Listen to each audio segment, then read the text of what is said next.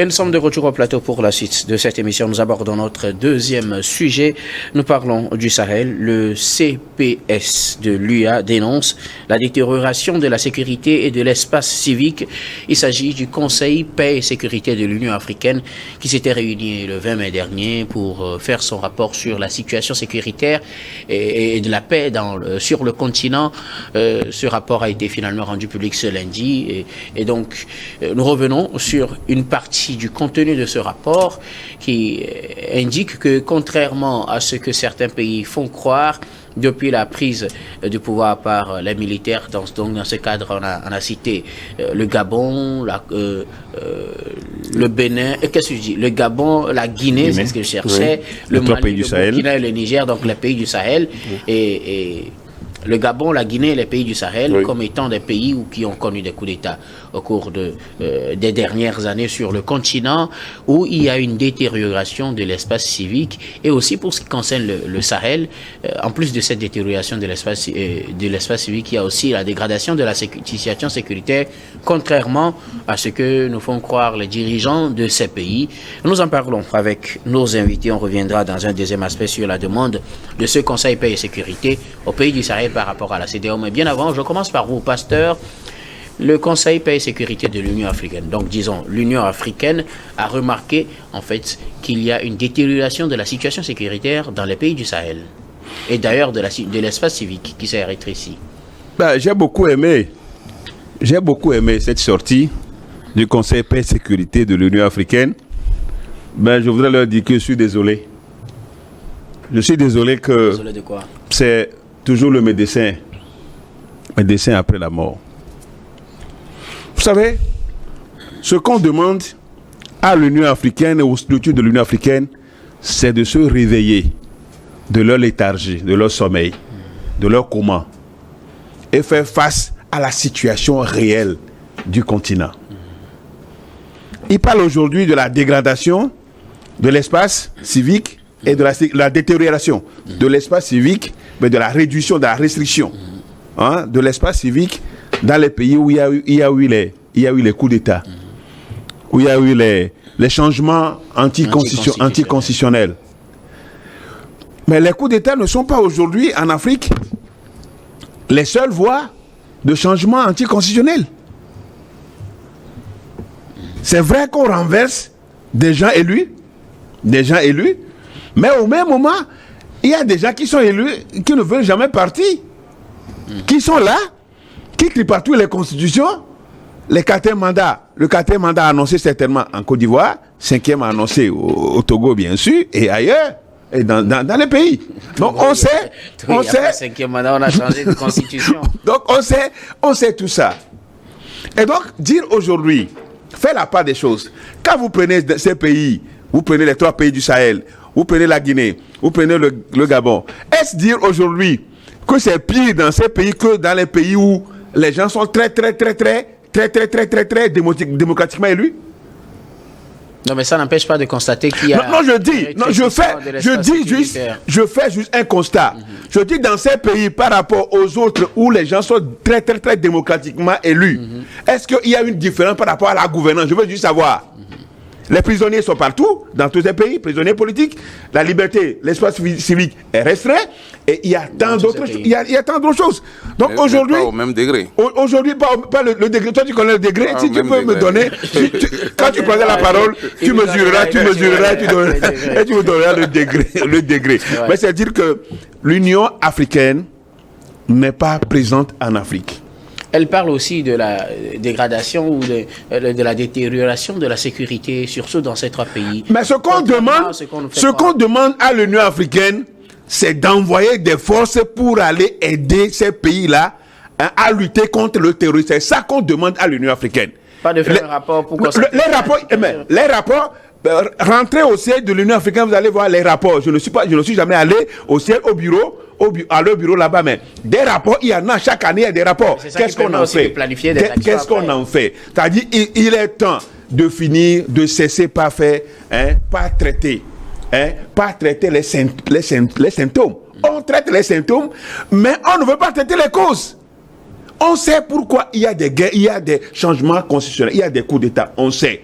il y a des gens à côté qui sont là, qui veulent passer par la démocratie, un semblant de démocratie pour rester au pouvoir ad vitam. Ils sont là. Mais il y a d'autres aussi qui disent, mais ils viennent par les armes. Aujourd'hui, de manière générale, il faut régler le problème de manière générale. Donc, l'Union africaine, avec ses structures, ne sont pas là pour constater seulement. On leur demande d'agir. Ils parlent de l'Est de RD Congo. Oui. Ils parlent de RD Congo. Ils parlent encore d'autres parties de l'Afrique. Du continent. Du continent. Ouais. Mais qui ne sait pas ce qui se passe à l'Est de la RD Congo avec le Rwanda, qui est toujours accusé de nourrir, d'équiper M23. Jusque-là, on a fait quoi? Jusque-là, on fait quoi? On a initié un dialogue entre les deux présidents. Et ça a marché. Qui est piloté par la guerre a cessé. Mais c'est aujourd'hui qu'il y a les forces. Il y a les forces de l'Afrique australe. Mais je pense que c'est ça au moins qu'il y a au moins quelque chose à saluer pour que ces forces-là puissent aider les forces de la RD Congo. Mais là aussi, ils n'ont mobilisé que 800 sur l'effectif est moins par rapport à ce qu'il faut. Bon, donc, l'Union africaine. Mais c'est lâche, des fois, vous me permettez le terme, c'est lâche de faire encore aujourd'hui, d'aller rester encore dans les bureaux. D'aller rester encore à Addis Abeba, on reste dans les bureaux, on fait quoi? Et on dit quoi? Qui ne sait pas ce qui se passe? Il faut prendre des résolutions fermes pour que l'Afrique puisse connaître la paix et la sécurité. Sinon, aller rester dans les bureaux en Éthiopie et de nous faire sortir des rapports, on en a assez, on ne veut plus des rapports. Mais est-ce pour autant qu'il ne faut pas considérer ces rapports, Je ne considère même pas ce rapport. Même si ça dit la vérité. Mais quelle vérité? Pour vous, tout ce qui est dit dans le rapport... Mais quelle est la vérité? Ces observations ne sont pas justifiées. Avant de s'en prendre à ceux qui font le coup d'État militaire, il faut aussi voir ceux qui font les coups d'État civils, les coups d'État constitutionnels. Merci beaucoup. Et tant qu'on n'aura pas vu ça, on laisse la population poireauter, si je vous comprends bien, pasteur. Alors, Emmanuel Vivien Tomi, vous vouliez réagir tout à l'heure, donc je viens à vous. Alors, le Conseil paix et sécurité de l'Union africaine plutôt, a fait ce constat de la détérioration de la sécurité dans les pays du Sahel, puisque c'est du Sahel qu'on parle pour ce sujet, et aussi une réduction de l'espace civique dans les pays où il y a eu les coups d'État.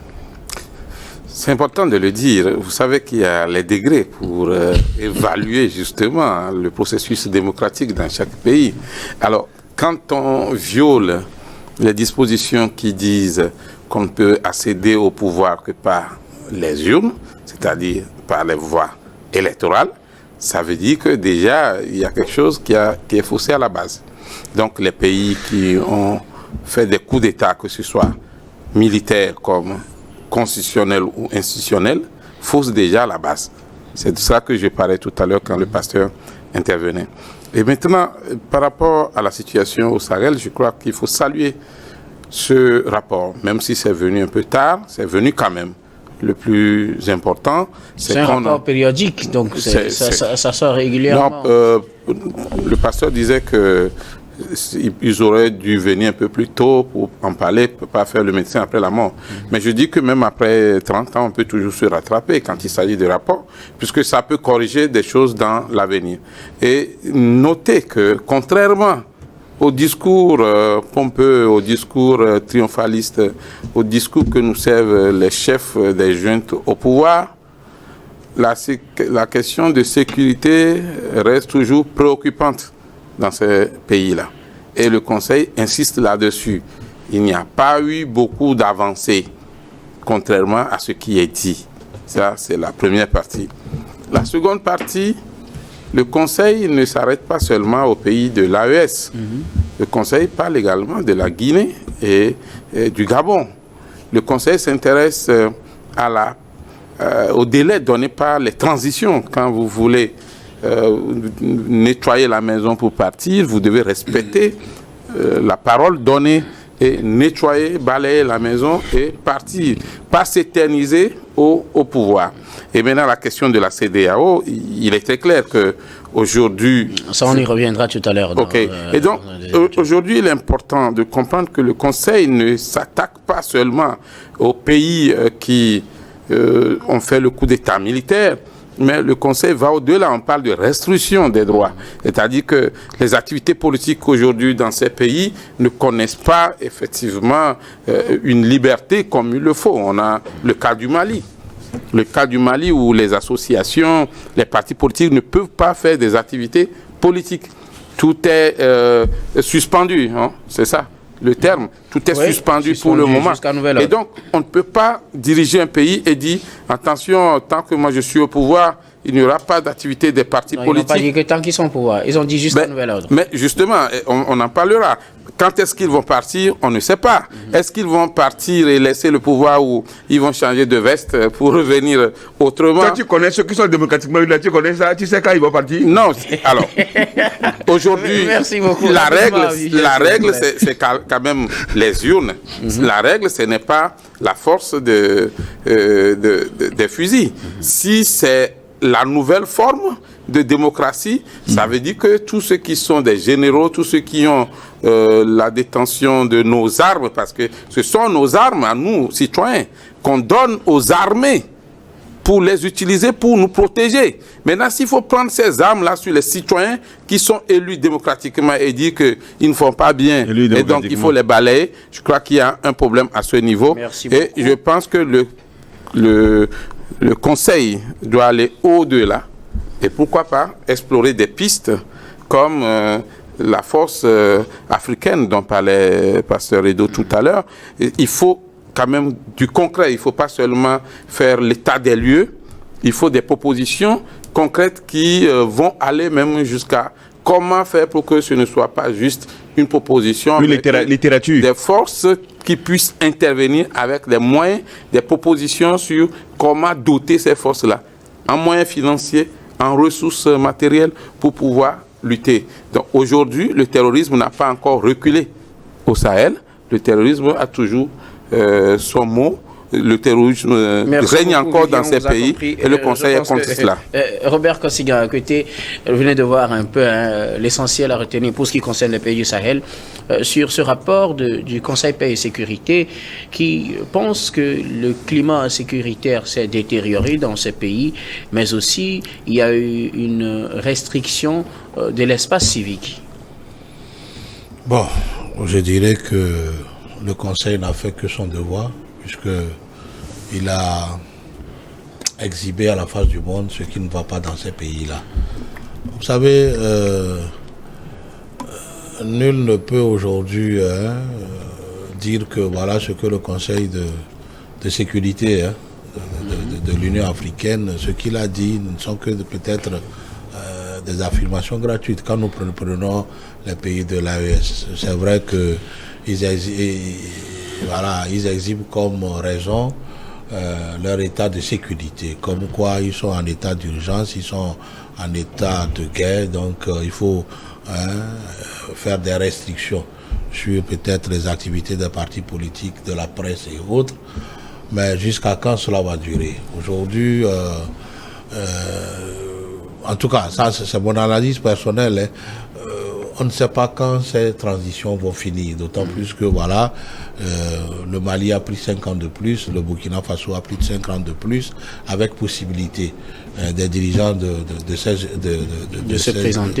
régimes de se présenter. Ça voudrait dire que après les 5 ans, ils deviendront les présidents de ce pays-là. Maintenant, je refuse qu'on compare souvent ce que font les présidents de ces pays-là à l'Afrique occidentale. Aujourd'hui, si nous prenons la CEDEAO, le nombre de pays dont l'alternance n'est pas encore effective est moins par rapport au grand nombre. Dans le grand nombre de pays ouest africains, l'alternance est de mise. Ça, le constat est clair. Avant, c'était le Togo et la Gambie. Aujourd'hui, même le Togo s'apprête à faire une alternance au pouvoir. Alors donc moi j'ai dit, quand ces trois pays qui décidément font autre chose au nom de la sécurité, au nom de leur partenariat avec la Russie, je dis c'est autre chose. Vous savez, il ne faudrait pas que les populations des pays sahéliens font les mêmes erreurs que nous à l'arrivée de la démocratie dans nos pays. Beaucoup de personnes se sont jetées dedans. On nous a promis ciel et terre dans la démocratie, mais aujourd'hui, voilà, nous voilà après 30 ans. L'expérience a montré que dans d'autres pays, il y a eu alternance, mais après l'alternance, il n'y a pas eu beaucoup de choses. Que ces mêmes erreurs-là ne frappent pas les pays de l'AES. Alors, sur la question sécuritaire, avez-vous de votre côté remarqué... ne soit pas créé juste pour permettre aux gens de rester pendant longtemps au pouvoir et ne pas résoudre le problème. Oui, sur le côté sécuritaire, le CPS, oui, justement. Sur le côté sécuritaire, je dirais qu'il y a des efforts qui sont en train d'être faits. Mais dire que il y a sécurité totale ou qu'on est en vue d'avoir en 1 an ou en 2 ans la sécurité dans ces pays-là, j'ai dit non, c'est aller trop vite en besogne. Il y a à parler, il y a à discuter sur la sécurité dans ces différents pays. Alors, dans ce rapport, comme recommandation, le Conseil paix et sécurité de l'Union africaine revient aussi sur la question du départ des 3 pays, Mali, Burkina, Niger, de la CEDEAO. Ils pensent que c'est en restant dans une communauté et comme celle-là qu'on pourra mutualiser les efforts pour faire face aux difficultés qu'on a. Le Conseil paix et sécurité les a appelés à reconsidérer leur position et au final ne pas sortir de la CEDEAO, pasteur. Bon, en quoi le départ de ces pays de la CEDEAO les gêne? Pourquoi ça les gêne? C'est un conseil qui coiffe toutes les organisations du continent. Et donc, s'il voit que, par exemple, l'émiettement des forces peut provoquer, comme vous l'avez dit, quand nous sommes divisés, l'ennemi peut s'infiltrer, le Conseil paix et sécurité peut-être est allé dans votre sens et a demandé à ce qu'on n'émiette pas aussi les L'Union africaine était là, les communautés sous-régionales. Quand on a sanctionné injustement, méchamment, diaboliquement ces pays. Jusqu'au moment où ils ont décidé de se concerter à 3 pour constituer. Je rappelle aussi qu'à cette époque, l'Union africaine n'avait pas toujours approuvé la méthode de la CEDEAO. Bon, mais finalement, qu'est-ce que ça a donné? Quand bien même elle a condamné le coup d'État, bien sûr, ça c'est... Finalement, ça n'a pas donné grand-chose, ce qui veut dire que l'Union... On n'a pas vu la fermeté de l'Union africaine par rapport à ces sanctions. Aujourd'hui, je crois que le président du Sénégal a déjà essayé. Il est en train, il n'a pas fini. A essayé de voir la position de ces pays. Je pense qu'il est allé, il a compris que les distances, les positions sont très tranchées. Même s'il y a ouverture. Même s'il y a ouverture. Alors, je voudrais lui dire que lui, personnellement, il est élu pour le peuple sénégalais. Il n'a qu'à œuvrer pour le bonheur du peuple sénégalais. C'est vrai que nous sommes dans une... aussi de la communauté parce qu'il y a des Sénégalais dans tous ces pays. Nous sommes tout à fait dans une communauté.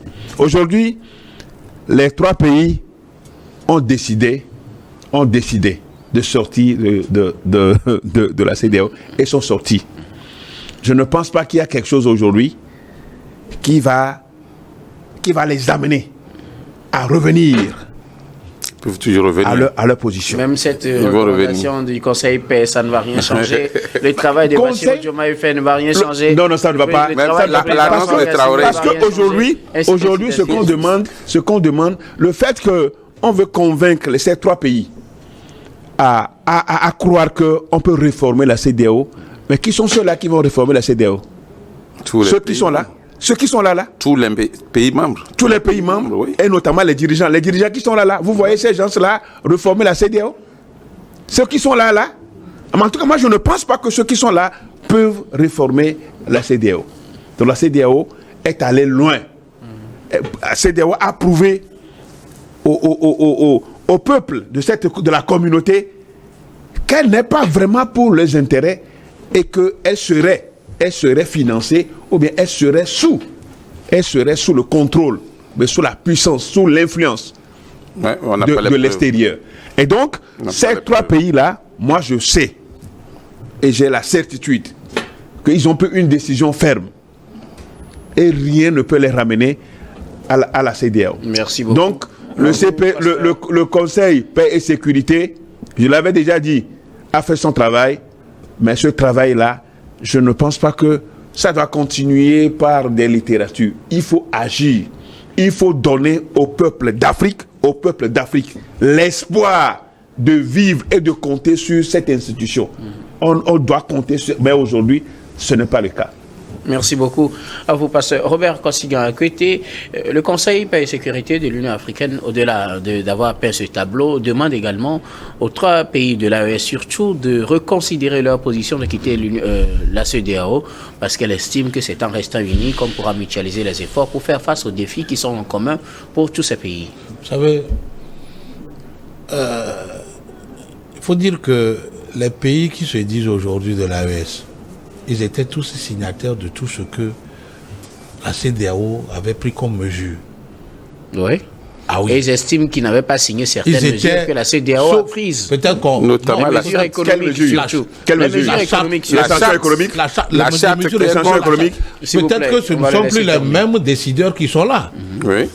Mais les régimes passés ou les régimes tombés ont signé ces accords-là. Sauf qu'ils estiment que certains accords ne sont pas clairement définis dans la charte de l'Union africaine. Mais prenons les accords. Les sanctions économiques. Vous savez, puisque la Cour de justice... La fermeture des barrières, la fermeture des frontières. Écoutez-moi, aujourd'hui, même si ceux qui sont au Mali, au Niger ou au Burkina Faso, si aujourd'hui on leur faisait un coup, je vous jure que ce sont les mêmes sanctions qui seront opposées à ceux qui vont les enlever. Ça, c'est clair. Ça, c'est clair. Alors, de quoi ils s'offrent? Les sanctions de la CEDEAO seront inutiles. Sera inutile.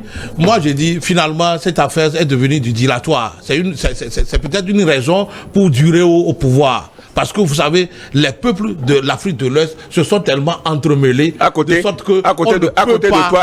les gens durent au pouvoir. À côté de toi, les gens durent au pouvoir. Cette histoire de l'AES, ne serait-ce que pour manipuler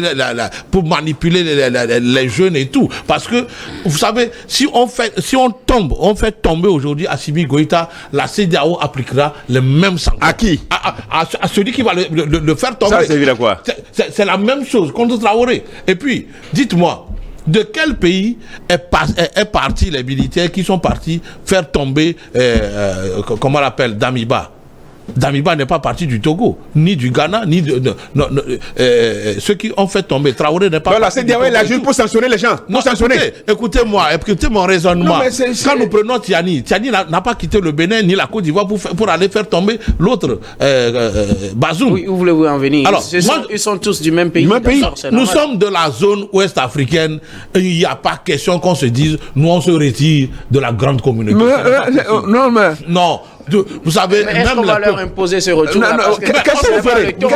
C'est un alibi que ceux qui sont là aujourd'hui ont trouvé, ne serait-ce que pour durer au pouvoir. Mais avec le temps, ce que j'ai dit aujourd'hui là, le temps va clairement enlever l'ombre. Ce qu'il protège là, le temps va révéler à la face du monde que c'est un truc juste trouvé pour durer au pouvoir. Point, c'est tout. C'est là qui fait durer à la salle au pouvoir. À la salle au pouvoir. Vous donne la parole. Vous allez toujours partir. Paul Yassibé n'a pas duré. Il part bientôt. Alors, s'il vous plaît, on n'est pas encore sur le sujet. Paul Yassibé part bientôt. Arrêtez ton alternance dont tu parles là. Il faut arrêter ça. La nouvelle constitution demande à Paul Yassibé de partir. Il va devenir président du Conseil, il n'est plus président du Togo. Donc il est parti. Il est parti. Il n'est pas au pouvoir. Encore au débat du Togo. Permettez l'année prochaine, il ne sera pas président, il sera président du Conseil. Voilà, c'est tout. Alors, les Togolais te suivent. S'il vous plaît. Les Togolais te suivent. S'il vous plaît. Juste pour dire que, en fait, au niveau de l'Union africaine ne peut jamais accepter que des pays quittent les regroupements sous-régionaux. Et donc, l'Union africaine n'a pas intérêt, du moment où on veut aller aux États-Unis d'Afrique, que les petites communautés au sein de l'Union aussi s'effritent ou tombent en lambeaux. Et donc, c'est clair. Maintenant, est-ce que ces 3 pays sont vraiment sortis de la CEDEAO? Non. Non, parce qu'il y a beaucoup d'actes qui prouvent qu'ils ne sont pas sortis. Quand tu sors d'une institution supranationale comme la CEDEAO, tu rappelles tous tes compatriotes qui sont qui sont dans des instances de cette institution supranationale au nom du pays. Et si tu ne fais aucun acte, tu fais aucun geste, tu ne poses aucun acte dans ce sens-là, ça veut dire que toi-même tu sais que ce n'est pas d'emblée. Il suffit pas d'annoncer qu'on sort de l'institution supranationale pour être sortis. Et moi, avant le travail de Diomaye Faye, il y a cette interview de M. Traoré qui n'a pas fermé les portes à la CEDEAO complètement. Il a été plus que clair. C'est qu'aujourd'hui, si l'AES est arrivé à ce niveau, c'est parce que les pays qui sont membres de l'AES comprennent qu'ils sont face à la lutte contre le terrorisme et ils n'ont pas d'appui en tant que tel venant de la communauté. Mais quand il s'agit de condamner les coups d'État, la communauté est très très rapide. La CEDEAO sort très vite les communiqués. Alors aujourd'hui, ce qu'il faut comprendre, c'est que le Conseil de sécurité de l'Union africaine rappelle à ces pays que nous avons l'obligation d'être ensemble. Et ce n'est pas en quittant les communautés sous-régionales que nous sommes en train de construire l'Afrique. Plutôt, il faudrait resserrer les liens face au changement qu'on constate aujourd'hui dans le monde. La guerre entre l'Ukraine et la Russie qui commence par prendre une autre envergure. Et donc, c'est en ce moment-là que, entre nous, Africains, on va dire, je ne fais plus partie de la CEDEAO, je ne fais plus partie de l'Organisation de l'Afrique australe, ainsi de suite. Ce n'est pas normal. Ce n'est pas normal parce que si vous êtes membre de la CEDEAO, vous n'êtes pas un sous-membre. Vous êtes membre plein et vous avez tous les droits de proposer des réformes. Tous les pays membres de la CEDEAO, plus d'une quinzaine, tous les pays peuvent proposer des réformes de l'institution supranationale. C'est notre institution à nous tous, y compris même des gens de la société civile. Mais si on dit, on laisse ça parce qu'on n'en veut plus, parce que on veut se protéger aussi, on veut rester éternellement au pouvoir, comme le disait Robert tout à l'heure. Les juntes au pouvoir ne sont pas prêtes à partir. Et la CEDEAO est très claire. Ce n'est pas par coup d'État qu'on doit accéder au pouvoir quand on est membre de la communauté. Et ce sont ces phrases-là qui font un peu peur. Donc aujourd'hui... Donc vous voulez qu'ils organisent des élections de simulacre d'élections pour rester? Je suis d'accord que ceux qui font les coups d'État constitutionnels et institutionnels sont à condamner au même titre que ceux qui font les coups d'État militaires. Mais les coups d'État militaires, c'est trop flagrant. Et les coups d'État institutionnels, constitutionnels, sont malicieux, peuvent être la cause de certains coups d'État militaires. Donc, au-delà de ce qui est dit dans le rapport, il faut qu'entre Africains, on réanalyse la situation pour trouver le juste milieu pour le bonheur de nos pays. À vous tous de vos contributions. Nous allons marquer la pause pour le journal, puis on revient juste après pour la suite de cette émission.